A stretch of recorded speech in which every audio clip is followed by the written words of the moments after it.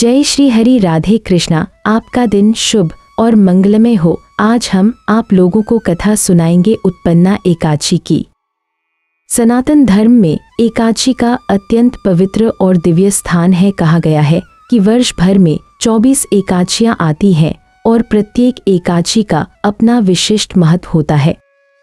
परंतु इन सभी एकादशियों में सबसे पहली और सर्वोच्च मानी जाने वाली एकादशी है उत्पन्ना एकादशी। इसका अर्थ ही है जो उत्पन्न हुई, अर्थात वह तिथि जब स्वयं एकादशी देवी का प्राकट्य हुआ था। यह तिथि मार्गशीर्ष मास के कृष्ण पक्ष में आती है। हिंदू पंचांग के अनुसार यह वह पावन दिन है जब भगवान श्रीहरि विष्णु की आज्ञा से पापों का नाश करने वाली दिव्य शक्ति का जन्म हुआ था। इसीलिए इसे सभी एकादशियों की जननी कहा गया है। इसी कथा के साथ एक मैं रिक्वेस्ट कर रही हूँ कि आप लोग प्लीज चैनल को सब्सक्राइब जरूर कर लीजिए और वीडियो को अंत तक देखी। कहते हैं जो लोग कथा आधी अधूरी सुनते हैं उन्हें आधा अधूरा ही ज्ञान प्राप्त होता है।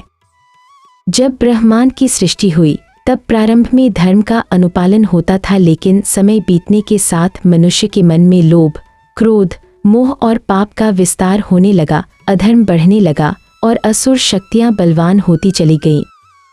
यज्ञ, वेद, तपस्या और भक्ति मार्ग सब बाधित हो गए। देवता भी असुरों के अत्याचारों से व्याकुल होकर ब्रह्मलोक पहुंचे और ब्रह्मा जी से सहायता की याचना की। ब्रह्मा जी ने कहा, इस समस्या का समाधान केवल भगवान विष्णु के पास है। सब देवता विष्णुलोक की ओर चल पड़े। विष्णुलोक में पहुंचकर देवताओं ने भगवान श्रीहरि विष्णु को प्रणाम किया और विनम्रता से बोले, हे प्रभु, असुरों का अत्याचार इतना बढ़ गया है कि धर्म नष्ट होने की कगार पर है। मनुष्य पाप में डूब गए हैं। वेदों का पाठ रुक गया है, ब्राह्मणों के कर्म बंद हो गए हैं और कोई भी देवकार्य संपन्न नहीं हो पा रहा है। अब केवल आप ही धर्म की रक्षा कर सकते हैं। भगवान विष्णु ने शांत भाव से सब सुना। मुस्कुराते हुए बोले, हे देवताओं, चिंता मत करो। जब जब धर्म की हानि होती है तब तब मैं या मेरी शक्ति पृथ्वी पर प्रकट होती है। अब समय आ गया है एक ऐसी दिव्य शक्ति के जन्म का जो न केवल पापों का नाश करेगी बल्कि मनुष्य के भीतर धर्म का दीपक पुनः प्रज्वलित करेगी। यह शक्ति आज कृष्ण पक्ष की दशमी के समाप्त होते ही एकादशी तिथि के उदय के साथ प्रकट होगी।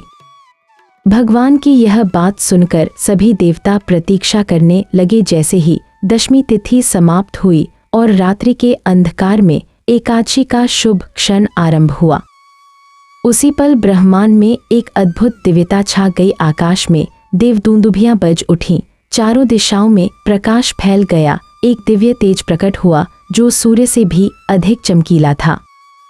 उस तेज से एक अद्भुत स्त्री प्रकट हुई, तेजस्विनी, आभामी, कमल के समान कोमल किंतु अदम्य शक्ति से भरी हुई। उसके मुख पर तेज, नेत्रों में करुणा और भ्रिकुटी में अद्भुत साहस झलक रहा था। यही थी एकादशी देवी। देवताओं ने उनका स्वागत किया और कहा, हे देवी, आप कौन हैं? उस दिव्य शक्ति ने उत्तर दिया, मैं हूँ एकादशी। मैं भगवान विष्णु की आज्ञा से उत्पन्न हुई हूँ और मेरा कार्य है संसार से पापों का नाश करना, धर्म की रक्षा करना और जो मनुष्य भगवान विष्णु का स्मरण करे उसे मोक्ष का मार्ग प्रदान करना। उस समय असुर मुर नामक राक्षस का आतंक चरम पर था। वह देवताओं का शत्रु था और उसने देवलोक पर अधिकार कर लिया था। उसके अत्याचार से इंद्र, अग्नि, वरुण, यम, कुबेर जैसे सभी देवता भयभीत होकर छिप गए थे। मुर असुर का साम्राज्य स्वर्ग से पाताल तक फैला हुआ था। जब भगवान विष्णु ने देखा कि मुर असुर धर्म का सर्वनाश करने पर तुला है तो उन्होंने उसकी लीला को समाप्त करने का निश्चय किया। भगवान विष्णु गरुड़ पर आरूढ़ होकर मुरासुर से युद्ध करने निकले। जैसे ही युद्ध प्रारंभ हुआ, चारों दिशाएं कांप उठी, पर्वत हिलने लगे, समुद्र गरजने लगे और देवताओं की सांसें थम गईं। मुरासुर अत्यंत शक्तिशाली था। उसने अनेक मायाएं रची। कभी वह अग्नि बनकर आया, कभी तूफान बनकर, कभी सर्प बनकर। भगवान विष्णु ने भी सुदर्शन चक्र उठाया और उसकी असंख्य सेनाओं का संहार किया। यह युद्ध हजारों वर्षों तक चलता रहा। अंततः जब मुरासुर की सारी सेना नष्ट हो गई तो वह स्वयं युद्धभूमि में उतरा। उसने भगवान विष्णु पर अद्भुत अस्त्र शस्त्रों की वर्षा की। दोनों के बीच इतना भयंकर युद्ध हुआ कि समस्त लोग डोल उठे। भगवान विष्णु ने उसे परास्त किया, परंतु जब वे क्षणभर विश्राम के लिए बद्रिकाश्रम की एक गुफा में गए, तभी मुरासुर ने उन्हें सोते हुए देखा और सोचा अब यह अवसर है। उसने अपने अस्त्र उठाए ताकि भगवान पर प्रहार कर सके।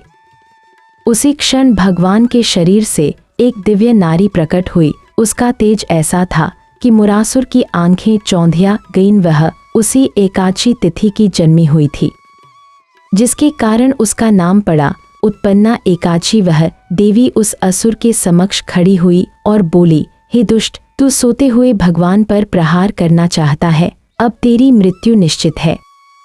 मुरासुर हंसा और बोला, तू कौन है जो मुझे रोकने आई है? देवी ने उत्तर दिया, मैं हूँ धर्म की शक्ति, भगवान विष्णु की आज्ञा से प्रकट हुई हूँ ताकि अधर्म का नाश कर सकूं। यह कहकर उसने अपने दिव्य अस्त्र उठाए और मुरासुर पर टूट पड़ी। कुछ ही क्षणों में उसने उस भयानक असुर का सिर धड़ से अलग कर दिया। जब भगवान विष्णु की नींद खुली और उन्होंने यह दृश्य देखा तो वे अत्यंत प्रसन्न हुए। उन्होंने उस देवी से कहा, हे देवी, तुमने आज धर्म की रक्षा की है। तुम्हारे इस कार्य से सृष्टि पुनः पवित्र हुई है। मैं तुम्हें आशीर्वाद देता हूँ कि आज से तुम्हारा नाम एकादशी होगा और जो भी मनुष्य तुम्हारे दिन उपवास करेगा वह समस्त पापों से मुक्त होगा। जो तुम्हारा स्मरण करेगा उसे मोक्ष की प्राप्ति होगी और वह मेरे धाम को प्राप्त करेगा। देवी ने विनम्र होकर कहा, प्रभु, कृपा करके यह बताइए कि इस दिन व्रत करने का क्या विधान होगा? भगवान विष्णु बोले, जो मनुष्य इस दिन ब्रह्म मुहूर्त में उठकर स्नान करे, व्रत रखे, मेरे नाम का जप करे और ब्राह्मणों को भोजन कराए, उसे सारे जन्मों के पापों से मुक्ति मिल जाएगी। उत्पन्ना एकादशी वह तिथि है जब स्वयं धर्म की उत्पत्ति हुई है, अतः यह सभी एकादशियों की जननी है। भगवान ने आगे कहा, जो इस एकादशी का व्रत करेगा वह पाप, रोग, भय और संकट से मुक्त होगा। उसे वही फल मिलेगा जो हजारों वर्षों तक यज्ञ करने से भी नहीं मिलता। यह व्रत मनुष्य को न केवल सांसारिक सुख प्रदान करता है बल्कि मृत्यु के बाद मोक्ष भी देता है। ब्रह्मा, विष्णु, महेश, इंद्र, यम, वरुण सभी इस एकादशी का पूजन करते हैं। देवताओं ने भगवान और देवी एकादशी की स्तुति की। उस दिन से यह परंपरा चली कि मार्गशीर्ष कृष्ण पक्ष की एकादशी को उत्पन्ना एकादशी के नाम से पूजा जाए। कहा गया है कि जो व्यक्ति इस दिन पूर्ण श्रद्धा से व्रत करता है उसके पाप जलकर राख हो जाते हैं। यदि कोई व्यक्ति पूर्वजों की मुक्ति के लिए यह व्रत करता है तो उसके पितृ स्वर्ग को प्राप्त होते हैं। जो धन, ज्ञान या वैभव की इच्छा से यह व्रत करता है उसे समस्त सिद्धियां प्राप्त होती हैं। शास्त्रों में उल्लेख है कि इस एकादशी के व्रत से मनुष्य के 7 जन्मों के पाप नष्ट हो जाते हैं।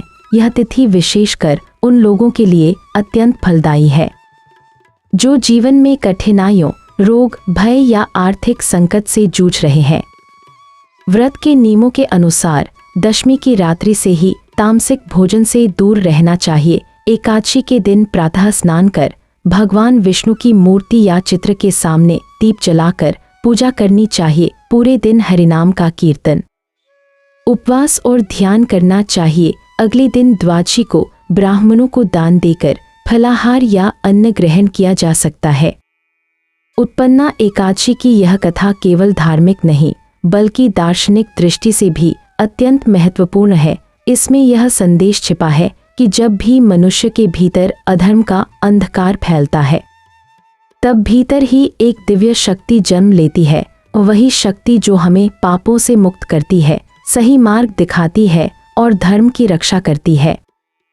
यह कथा हमें यह सिखाती है कि भगवान विष्णु के प्रति श्रद्धा और भक्ति ही जीवन का सबसे बड़ा बल है। जब हम सच्चे मन से ईश्वर का स्मरण करते हैं तब वे हमारे भीतर से वह दिव्य शक्ति उत्पन्न करते हैं जो हमें हर बुराई से लड़ने का साहस देती है।